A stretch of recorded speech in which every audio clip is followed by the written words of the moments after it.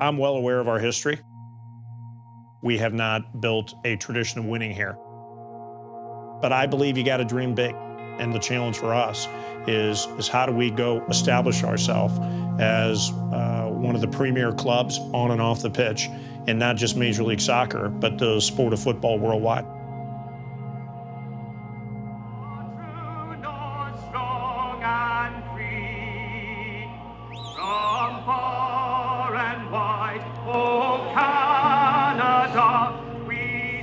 The city really took to this franchise right from the get-go. People loved going to the game down by the lake.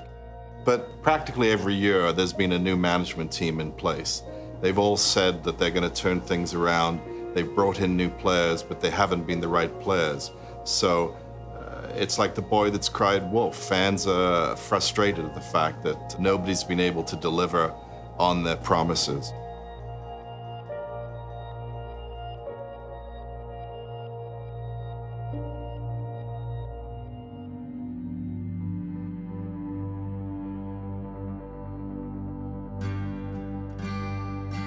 We won 12 major championships. We won the Supporters' Shield 4 times. We won the MLS Cup 4 times. We were pretty relentless in our pursuit of excellence. I want to instill that same mentality here in Toronto.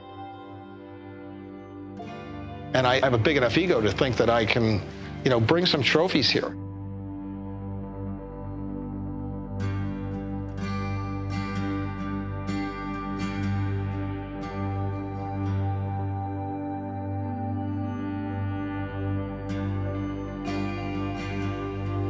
He was the most famous football player on the planet at the time, and still might be.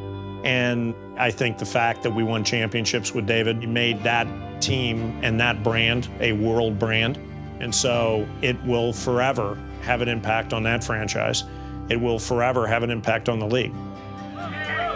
6 years ago, we convinced one of the great players in the world to come here and help us take the league to the next level. Go ahead. To David. To David!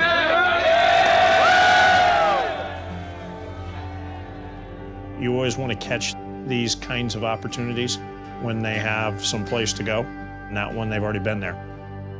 The road that hasn't been traveled.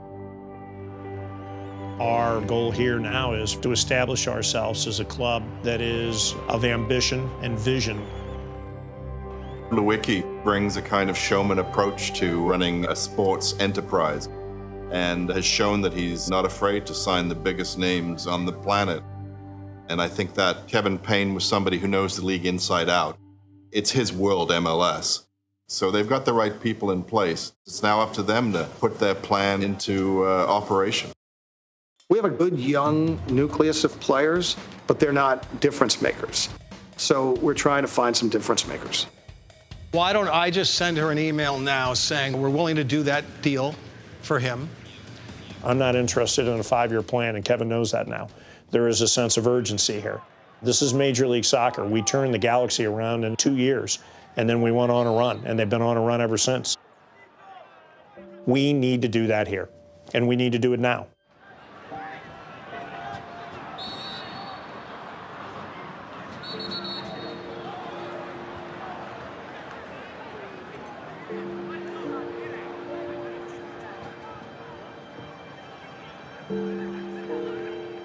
I have great respect for Kevin Payne.